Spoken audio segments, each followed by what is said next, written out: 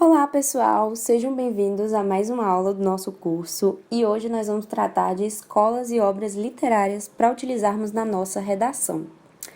Vale ressaltar que nós não vamos estudar todas as escolas e muitas obras literárias para colocar em nossa redação, até porque não dá para tratar isso em uma só videoaula, certo? Então nós vamos se ater às principais escolas e obras literárias, de forma que nós vamos abordar aquelas que são utilizadas numa maior abrangência de temas. Até porque o nosso objetivo aqui é te dar ferramentas argumentativas também para que você possa utilizar no maior número de redações possíveis, independente do tema, ok? Então vamos começar. Começando pelas principais escolas literárias que serão abordadas na nossa aula, nós vamos tratar hoje do Barroco, do Romantismo, do Modernismo e do Pós-Modernismo, que são escolas literárias que com certeza estarão no Enem.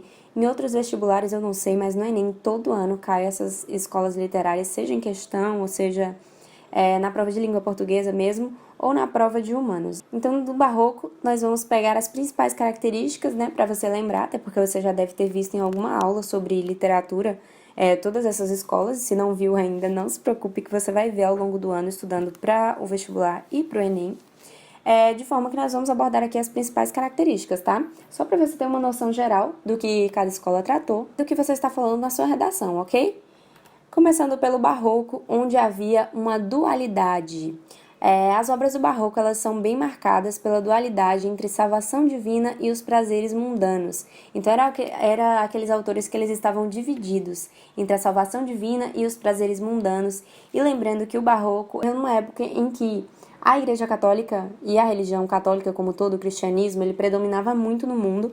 Então, essa temática de salvação divina, prazeres mundanos, ela era bem comum. Esse maniqueísmo também era bem comum, esse céu e inferno, nas obras do Barroco artísticas, o claro e o escuro, essa dualidade, esse paradoxo, ele era bem comum nas obras barrocas. Quanto ao romantismo, nós vamos tratar das 3 fases. A primeira fase do romantismo, a ufanista, a indianista, a nacionalista, né? Aquela da Minha Terra Tem Palmeiras, a fase do José de Alencar, onde a gente definiu biotipos nacionais, biotipos de identidade nacional, como seria o índio com aquela característica europeizada de herói, de cavaleiro. A segunda fase, que é a ultrarromântica, que é aquela fase marcada pelo ultrarromantismo de Lord Byron, aqui no Brasil de Álvares de Azevedo, é aquela fase do romantismo egoísta, atores eram alcoólatras, onde pensavam constantemente em suicídio, aquela fase onde os autores realmente eles gostavam de causar, onde eles eram jovens, eles estavam no auge das suas adolescências, e era aquele amor devastador que invadia eles, e era aquele amor egoísta mesmo. E a terceira fase do romantismo, que é a fase condoreira, que eu costumo dizer que é aquela fase militante, né? Que é aquela fase que parou de se voltar mais só para a sua dor, como ocorria na fase ultrarromântica, e se voltou para a dor da sociedade, né?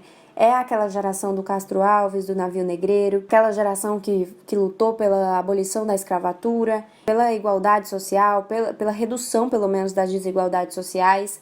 Uma fase que com certeza se destacou muito no romantismo. Quanto ao modernismo e o pré-modernismo, nós vamos tratar sobre a liberdade na escrita e sobre a arte moderna, né?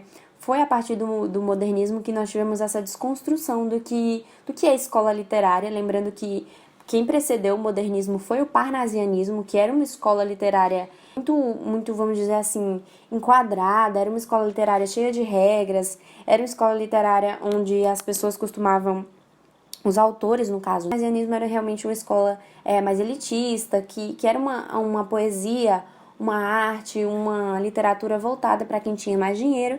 E aí vem o modernismo e principalmente o pós-modernismo, né, com as suas fases também, a fase regionalista e as outras fases, vão ser abordadas de modo geral. Principalmente o modernismo, a desconstrução do herói nacional, do índio, foi tratado na primeira fase romantista. Vem também a liberdade na escrita, pra que vírgula, aquele poema dê-me um cigarro, deixa de coisa, me dá um cigarro. É aquela poesia que ela vai buscar ser mais popular, ser mais acessível para outras classes. e é principalmente uma poesia, uma fase, né, libertadora, uma fase onde eles vão buscar não tentar enquadrar ninguém, vamos dizer assim, numa escola literária realmente, e vão buscar uma liberdade na escrita e uma desconstrução e uma reconstrução na escrita, na literatura do país, nas artes, né? O Abapuru de Tarsila do Amaral para provar, Semana de 22, como também eles vão buscar uma liberdade na sua escrita, vão buscar uma liberdade no que é literatura, vão repensar no que é essa literatura e para quem é que a gente está fazendo essa literatura. Eu acho que é muito importante a gente fazer esse apanhado geral, porque muita gente não lembra ou talvez misture o que cada fase, o que cada escola literária quis dizer. Então, eu acho muito importante a gente fazer esse apanhado geral para que a gente possa ficar informado, até porque quando você coloca uma coisa na redação, você tem que ter propriedade sobre o que você está colocando. Não adianta nada colocar uma coisa cuja finalidade, talvez você saiba até a finalidade do porquê você está colocando, mas você não sabe todo o contexto por trás daquilo ali. Para a gente não ter uma redação toda engessada, quando na verdade nós precisamos de conhecimento também. A forma que eu estruturei essa aula, que eu acho que é uma forma mais produtiva para todos nós, é de uma forma que eu possa mostrar para vocês, dar esse apanhado geral das escolas literárias e também mostrar exemplos na prática, né, de redações que eu fiz, exemplos que eu fiz, de como nós usaríamos essas escolas literárias, em que temas nós poderíamos utilizar e também onde nós poderíamos utilizar. Seria na introdução ou nos desenvolvimentos. Trouxe mais exemplos para vocês de introdução, até porque fica bem mais criativo e você pode fazer uma retomada também na conclusão. Então, comecemos pelo Barroco, onde a primeira temática que eu trouxe para vocês, o primeiro exemplo que eu trouxe para vocês é de uma introdução com o tema Limites entre a Estética e a Saúde. Lembra que eu falei para vocês aí que o Barroco é uma escola marcada pela dualidade? Então, a gente pode começar falando sobre isso. Olha aí o exemplo.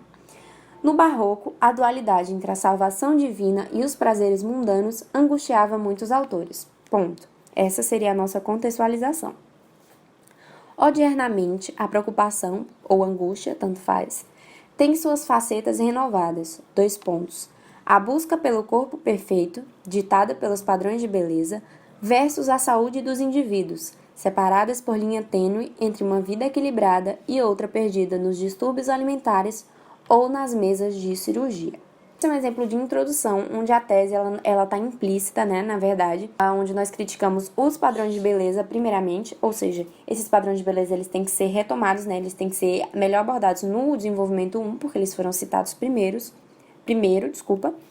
e também nós fizemos uma crítica implícita entre a vida saudável, né, e equilibrada e a prática de exercício físico e tudo, sendo separada por uma linha tênue entre as mesas de cirurgia e os distúrbios alimentares. Então, essa nossa tese ela ficou implícita, de modo que nós abordaremos melhor no desenvolvimento 1, se nós formos retomar essa redação, os padrões de beleza, e no desenvolvimento 2 nós faremos essa crítica às cirurgias e aos distúrbios alimentares.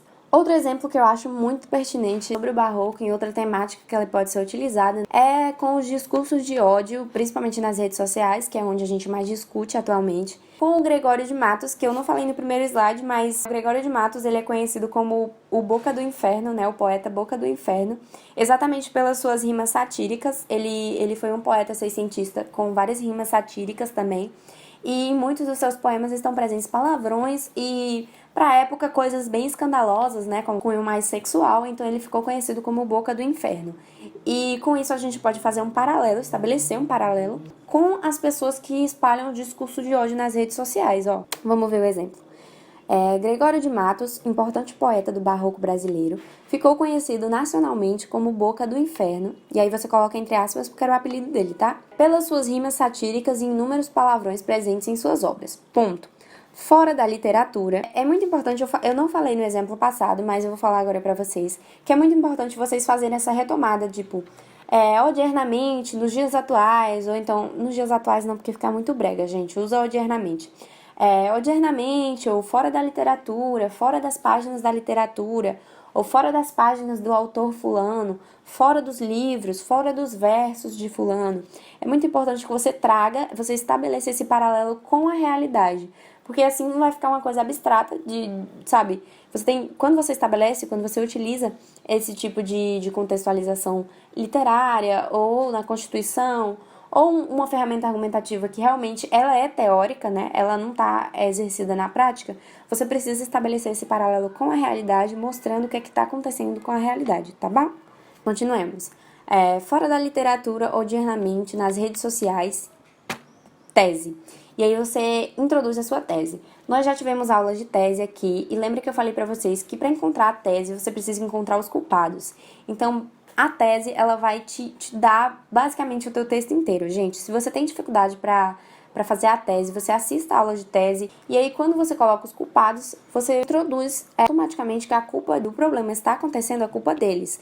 E aí você vai falar o que eles estão ou o que eles não estão fazendo para que esse problema ainda seja uma realidade. Por exemplo, movidos pela intolerância e incapacidade de compreender o próximo, discursos carregados de ódio são destilados diante de diversos assuntos pautados, caracterizando muitos internautas com o mesmo apelido do autor seiscentista. No caso, nós colocamos que, movidos pela intolerância, muitos indivíduos são incapazes de compreender o próximo, né?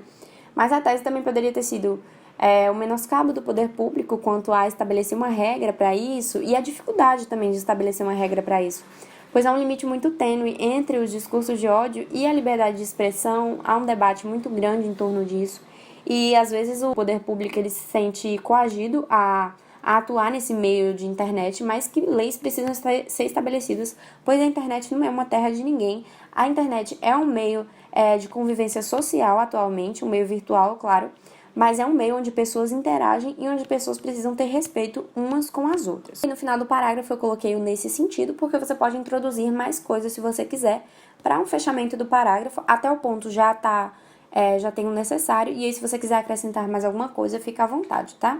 Lembrando que todos esses exemplos também eles são redigidos por mim, então vocês podem ficar à vontade para utilizar, gente, para modificar e para tirar suas dúvidas, certo? E agora pulando do barroco para o romantismo de primeira fase, onde nós temos as obras indianistas, né, como o Birajara, de José de Alencar, Iracema, de José de Alencar também, e o Guarani, além de outras obras que foram do autor e de outros autores, mas que com certeza as que mais se destacam são as de José de Alencar, exatamente porque o autor ele foi um dos primeiros a estabelecer um biotipo nacional. Ele foi o primeiro a definir o índio como o herói nacional, trazer essa faceta do índio como herói.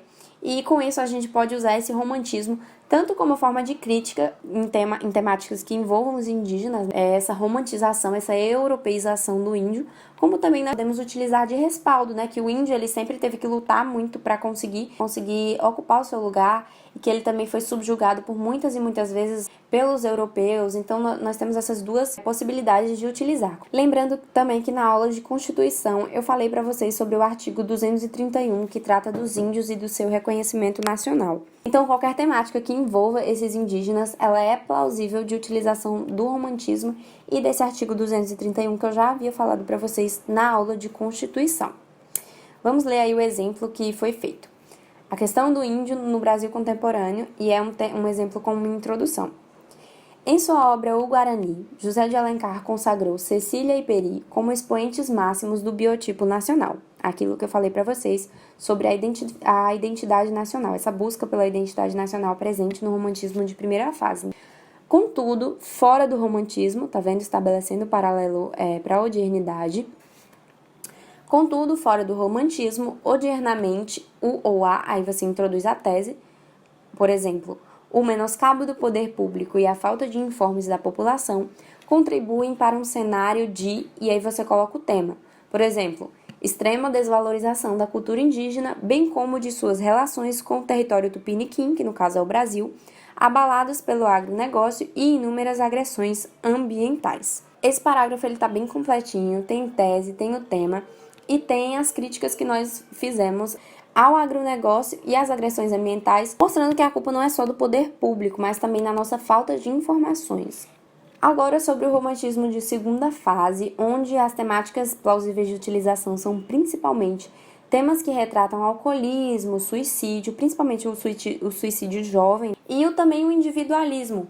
Nós temos aí como exemplo o Lord Byron, né, que foi um autor que inspirou muitos autores brasileiros. O Álvares de Azevedo se inspirava bastante no Lord Byron para fazer suas obras. E também o livro famoso do Álvares de Azevedo, que é o Noite na Taverna, mas há vários outros poemas também. onde o suicídio, onde a morte, onde a infância é utilizada como uma forma de escapismo de uma realidade vivida. Porque os autores do romantismo, os autores da segunda fase do romantismo, eles nunca estão satisfeitos, eles sempre estão tristes, eles sempre carregam esse ar de penumbra, esse ar de melancolia, sabe? Então eles ficam utilizando várias formas de escapismo, eles ficam relembrando da infância, ou ficam recorrendo à morte ou ao alcoolismo para esquecer a realidade que eles estão vivendo agora e se focar numa realidade que eles gostariam que ainda estivesse acontecendo ou que já estivesse acontecendo. Muitos desses autores também, eles moravam fora de casa, longe da família, então eles acabavam tendo esse ar de tristeza, esse ar de penumbra. O Álvares de Azevedo mesmo, ele morreu muito jovem, com 20 anos ele morreu, caiu a cavalo, adquiriu uma tuberculose, e a vida dele sempre foi bem conturbada. A vida do Lord Byron também. O Lord Byron, ele era um jovem bem polêmico, sempre foi um jovem extremamente rico, mas ele era bem polêmico, ele era bissexual, e pra época isso era muito chocante. Então, ele foi um gerador de muitas polêmicas aí, mas também um poeta muito brilhante. Então vamos ver uma temática de introdução. Como eu falei para vocês, eu tô trazendo bastante tema de introdução, porque eu lembro claramente, nitidamente, de uma professora minha falando que introduzir escolas literárias e obras é como dar doce na boca de uma criança. Porque pensa, quem vai corrigir tua redação fez faculdade de letras e provavelmente vai saber, provavelmente não, vai saber, né? De tudo isso que a gente está falando aqui e talvez se identifique com alguma dessas fases e goste do autor ou goste do livro, obras que nós vamos retratar aí bem conhecidas que eu particularmente adoro.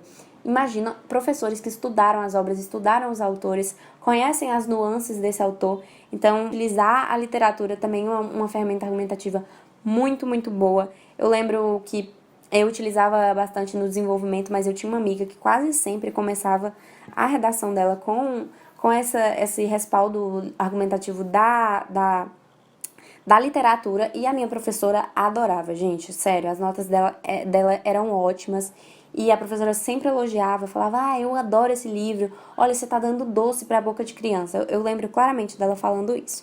Então, se liga aí que se você não estiver conseguindo utilizar a Constituição direito, ou se você acha que já tem muita gente utilizando a Constituição, ou que realmente você não gosta, não decorou, não consegue pegar direito as leis, os artigos, tá aqui um respaldo argumentativo para você, nota 1000 também. Então vamos ler a introdução. Introdução com a temática do suicídio entre os jovens. Se for no Brasil, você pode puxar para um autor brasileiro, como Álvares de Azevedo, mas se for uma temática também de fora, você pode abordar o Lord Byron. Também tem um livro muito famoso, que é do Johann Goethe, né? Goethe, eu acho que é assim que fala, gente. Que é As Aventuras do Jovem Werther, não sei como é que fala também, mas As Aventuras do Jovem Werther, onde o autor, ele relata um amor não correspondido e uma série de outras facetas que fizeram o autor se suicidar, e esse livro incitou uma onda de suicídios entre os jovens na Alemanha. Inclusive chegou há um tempo a ser um livro proibido pelos jovens, de leitura pelos jovens, os jovens não podiam ler esse livro, porque incitou uma grande onda de suicídio. Mas vamos se ater aqui ao Álvares de Azevedo e ao Lord Byron. Em inúmeras de suas obras, o poeta ultrarromântico Álvares de Azevedo, como eu falei para vocês, se for ao Brasil, vocês se atêm a Álvares de Azevedo, senão vocês podem colocar Lord Byron, faz apelo à morte como forma de escapismo da realidade vivida. Ponto. Agora estabelecendo o paralelo com a realidade. Odiernamente, fora das páginas da literatura, e aí você introduz sua tese, dá os 2 motivos. Exemplo, o desamparo familiar e social atrelado às complicações nas relações interpessoais como o bullying vão corroborar para que crescentes casos de suicídio sejam registrados entre os jovens e, no caso, poderiam ser brasileiros, fazendo ressurgir muitos Azevedos. Aqui o livro, como eu falei para vocês, do Johann Goethe, Sofrimentos, as Aventuras, os Sofrimentos do Jovem Werther. E agora eu trouxe um exemplo de desenvolvimento para vocês, que foi de uma redação minha sobre suicídio, onde eu utilizei esse livro, Os Sofrimentos do Jovem Werther, não sei porque eu falei Aventuras, desculpa. E introduzi também, dei uma pincelada, né, no Lord Byron e no Álvares de Azevedo. Com efeito, foi um parágrafo de desenvolvimento 1, tá? Com efeito, convém ressaltar que o autocídio, que é um sinônimo para suicídio, gente, hoje considerado um problema de saúde pública, advém enraizado socialmente há séculos, servindo, inclusive, de fonte inspiradora para a literatura. Ponto. Prova disso são as obras de Lord Byron e Álvares de Azevedo, nas quais a morte é tema recorrente, utilizada como forma de escapismo da realidade vivida. Ponto. Exemplo ainda é a famosa obra alemã de Johann Goethe, Os Sofrimentos do Jovem Werther, e aí você relata, na qual o autor ou o personagem sofre uma desilusão amorosa ou sofre um amor não correspondido e há complicações em suas relações interpessoais, o que acabou culminando no suicídio do autor e instigando uma onda de suicídio entre os jovens leitores, entre o público-alvo. Agora com o romantismo de terceira fase. Como eu falei para vocês, é um romantismo marcado principalmente pelo o autor Castro Alves, que era um abolicionista ferrenho. Ele lutou bastante para acabar com a escravatura no Brasil, e um dos seus poemas mais famosos é O Navio Negreiro, mas eu trouxe aqui para vocês um exemplo de contextualização coringa para utilizar na introdução em qualquer tema, gente, qualquer tema mesmo. Eu sei que vocês adoram quando tem esses negócios de coringa, porque aí vocês ficam felizes, porque quando esquecem de uma contextualização mais específica para aquele tema, vocês podem utilizar essa coringa, né, que é uma carta extra na mão de vocês. Então vejamos. A última geração do movimento literário romântico no Brasil, condoreirismo, é caracterizado ou caracterizada, tanto faz, não vai dar um problema se você utilizar isso, porque caracterizada está ligada à última geração e caracterizado ao condoreirismo, tanto faz, pela recorrente temática social e política em defesa de ideais igualitários. Ponto. Porém, mesmo após tantas lutas, fora das páginas de Tobias Barreto, que foi o fundador da terceira fase romântica no Brasil, e Castro Alves e outros poetas, odiernamente e aí você introduz o tema, por exemplo, o racismo, ainda é uma questão a ser enfrentada ou ainda é uma questão pertinente, sustentada sobretudo pelo, e aí você introduz sua tese. Normalmente, quando eu mostro para vocês, eu introduzo primeiro a tese e depois o tema, mas dessa vez eu quis fazer diferente e para mostrar também para vocês que há uma flexibilidade, gente, que a redação não é algo dentro de um molde que você, ai meu Deus, tem que engessar a redação e tem que ser assim no dia. Não é, gente, é algo flexível, algo que, se você entender as bases, se você entender cada conceito direitinho, se você tiver um repertório sociocultural, você consegue desenrolar qualquer tema. Então, eu coloquei aí, sustentada sobretudo pelo. E aí você coloca a sua tese. Aí eu coloquei que o racismo ele é sustentado principalmente pelo menoscabo do poder público e pela intolerância da população. Ponto. Nesse sentido, é necessário que subterfúgios sejam encontrados para atenuar tal problemática. Isso também foi um plus, vamos dizer assim, algo a mais que eu trouxe para vocês, porque também é uma frase que não é necessária, então só coloque se estiver sobrando linha na sua redação. Agora vamos tratar sobre o modernismo e o pós-modernismo, também com outro exemplo de contextualização coringa. Eu espero que vocês estejam pegando o material de apoio também, porque tá tudo escritinho lá no material de apoio. E também estejam prestando atenção na aula, porque quando vocês prestam atenção na aula, a aula fica fixada e você não esquece mais. Se você estiver copiando também, fica tudo certinho. Na semana de arte moderna, que é uma coisa que muita gente retrata nas redações, eu quis trazer algo mais específico para vocês, que foi, em si, o movimento antropofágico no Brasil, que vocês vão entender quando eu ler melhor, mas é bem complexo, um movimento que era de crítica às vanguardas europeias, não sei se vocês lembram das vanguardas europeias, né? O futurismo, o cubismo, o realismo, o surrealismo, o dadaísmo também, que foram vanguardas com todas as suas facetas. O futurismo já veio com o destruir, com a guerra, o cubismo já veio com as formas geométricas, mostrando que a arte em si, as telas, elas não estão em um só plano, mas se você virar, dá pra ver uma figura diferente e tudo isso. Então, pra gente não demorar muito, porque eu sei que essa aula vai ficar bastante comprida, eu aconselho vocês, se vocês ainda não estudaram sobre o modernismo, a pegar um mapa mental aí que eu vou disponibilizar pra vocês junto com o material de apoio, certo? Vamos ler.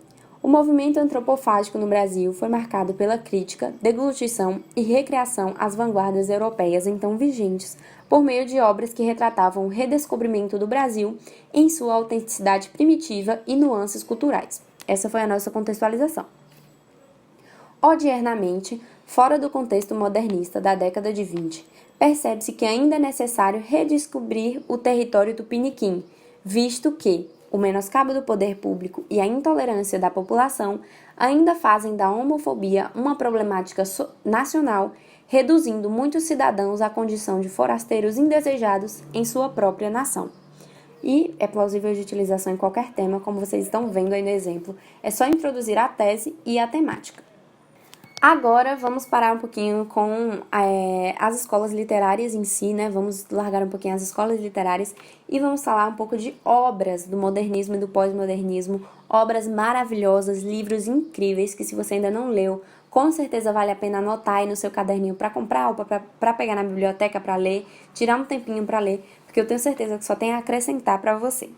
O primeiro livro que eu trouxe para vocês, a primeira obra, é do Graciliano Ramos, se chama Vidas Secas, e é uma obra muito plausível de utilização em temáticas de redação, porque ele pode ser usado em qualquer temática que envolva desigualdade social. E desigualdade social gera 80% dos problemas do nosso país, né? Como a fome, a pobreza, o acesso a direitos básicos da população, como a moradia, a alimentação.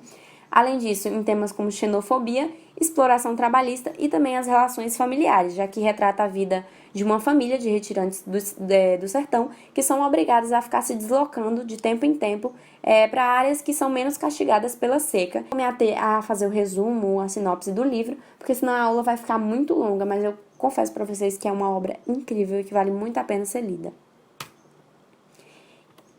E vamos para mais um exemplo coringa de introdução, de contextualização de introdução com a obra Vidas Secas. Vê aí. Em sua obra Vidas Secas, de 1938, Graciliano Ramos já retratava, por meio da vida difícil de Fabiano e sua família, as desigualdades sociais existentes no Brasil. Ponto. Essa seria a nossa contextualização coringa. Odiernamente, fora das páginas da literatura, essas desigualdades persistem latentes na sociedade, refletindo-se na problemática e aí você introduz o tema. Gente, isso é muito coringa, porque como eu tô falando pra vocês, as desigualdades sociais, elas refletem muitos problemas no Brasil. Então, por exemplo, um tema de fome, um tema de seca, um tema de moradia, saúde, alimentação, educação, tudo vai se encaixar aí nessa contextualização. Visto que aí você introduz a sua tese e nesse sentido, é claro, para vocês acrescentarem algo, como eu sempre falo, a redação ela é algo flexível e vocês também devem dar as suas pinceladas de autoria. Outra obra que eu trouxe para vocês, eu particularmente amo essa obra, é Grande Sertão Veredas, do Guimarães Rosa, que é um autor incrível, que era médico também. Quer dizer, eu não sou médica, mas um dia serei, enfim. E essa obra ela pode ser utilizada em diversos temas, mas eu quis ressaltar para vocês que ela é plausível de utilização em temas falando sobre diversidade de gêneros e sobre o papel da mulher na sociedade. É um tema que também dá para ser utilizado em reflexões humanas, né? O Riobaldo ele faz um relato de... Gente, esse livro é incrível, não tem um capítulo. Ele é um capítulo só, sabe? Tipo, não tem divisão em capítulo. E aí o Riobaldo ele vai fazendo vários relatos. E aí no início você acha que os relatos estão desconexos, mas não estão, gente. São vários relatos bem pertinentes sobre inquietações da vida, sabe? Sobre por que a gente tá aqui, o que a gente vai fazer da vida, o que é Deus, o que é o diabo, o que é o bem, o que é o mal. Será que tem uma pessoa que ela é 100% boa? Será que ela tem uma pessoa que é 100% má? Então, traz questões bem pertinentes. Além também de trazer esse papel da mulher retratado pela Diadorim, né, que ela é uma jagunça, nem sei se a palavra, o termo certo é jagunça, mas ela se disfarça de homem para ser jagunço, numa época onde mulheres, obviamente, não podiam ser jagunças, né. Então, por meio dela, você pode introduzir vários temas com o papel da mulher na sociedade, ou o papel do feminismo, ou qual a função da mulher e tudo mais. Ó, vê esse exemplo de introdução que eu trouxe aí pra vocês com o tema O Papel da Mulher na Sociedade Brasileira. Ó, Guimarães Rosa. Já imaginou você começar com a redação só com o nome de Guimarães Rosa? Acho que o corretor já olhava assim, dizia 1000. Colocou Guimarães Rosa 1000. Guimarães Rosa, em sua obra Grande Sertão Veredas, retrata, por meio da personagem de Adorim, uma jagunça, a coragem e determinação femininas na ocupação de espaços sociais onde antes predominava apenas o sexo oposto. Ponto. Odiernamente, fora das páginas pós-modernistas, as mulheres vêm ocupando cotidianamente seu espaço em sociedade, seja pelo, e aí você coloca o motivo 1, ou seja pelo motivo 2, que serão os dois motivos que serão retratados no desenvolvimento, que seria, no caso, a sua tese. Outra obra muito persistente para a gente utilizar em nossas redações, inclusive é uma obra que eu utilizei em algumas redações, é o Ateneu, de Raul Pompeia. É um romance autobiográfico do autor, onde ele conta a experiência dele, né, que na verdade é a experiência do personagem Sérgio, que vai para um colégio onde só havia meninos e é um colégio super rígido, e alguns temas podem ser muito tratados por meio desse livro, O tema principalmente de bullying, né, que hoje na redação você vai colocar intimidação sistemática, porque já tem um nome no Brasil, já tem uma lei tratando especificamente da intimidação sistemática, então utilize intimidação sistemática na sua redação. Também falando sobre a educação rígida e a homossexualidade que estava presente no meio, nas relações sociais, no meio social em que o Sérgio vivia. Eu trouxe aqui um exemplo para vocês do século XIX, não, gente, desculpa. Um exemplo de introdução com a temática do bullying, né, da intimidação sistemática. Raul Pompeia, em sua obra O Ateneu, no século XIX, já retratava, por meio de relações sociais entre colegas de escola, uma problemática que persiste até a modernidade, a intimidação sistemática. Ponto. Assim, fora da literatura, e aí você coloca a sua tese, quais são os motivos que levam o bullying, a intimidação sistemática ainda ocorrer, ainda corroboram para essa triste realidade. E aí você pode fazer as suas contribuições, pode adicionar aí o seu traço de autoria. Eu trouxe mesmo um exemplo mais específico para a intimidação sistemática.